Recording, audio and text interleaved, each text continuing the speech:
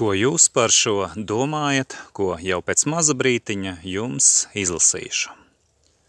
Kas tas par tiesiskuma modeli Latvijā, ka ja kāds no vecākiem otru apsūdz iespējamā emocionālā vardarbībā, tad pierādījumi netiek prasīti un tiek panākta pagaidu aizsardzība uz gadiem, nolaupot bērnus un liedzot saziņas un saskarsmes tiesības?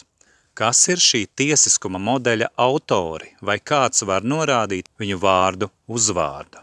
Nav nekādu šaubu, ka šis beztiesiskuma un apmelot bez pierādījumiem atļauts modelis ir radīts, lai morālo kropļu pārvaldītajai valstī sagatavotu novājinātus, traumētus, garīgi izvarotus bērnus, kuru smeļu un parazītu varas varētu izmantot saviem politikas uzspiešanas egoistiskajiem mērķiem, kā arī lai piespiestu un šantažētu apmeloto vecāku maksāt tiesvedības darbiem, liekot piedzīvot, kā tevi ne tikai turpina apmelot, bet legalizē noziegums pret tevi un taviem bērniem. Kurš par šo ir gatavs diskutēt, lai veidotu tādu sabiedrisko domu, lai šis beztiesiskuma modelis tiktu atcelts un lai tā iniciatori tiktu izgaismoti un noziedzīgo pavēļu pildītāji tiktu saukti pie atbildības?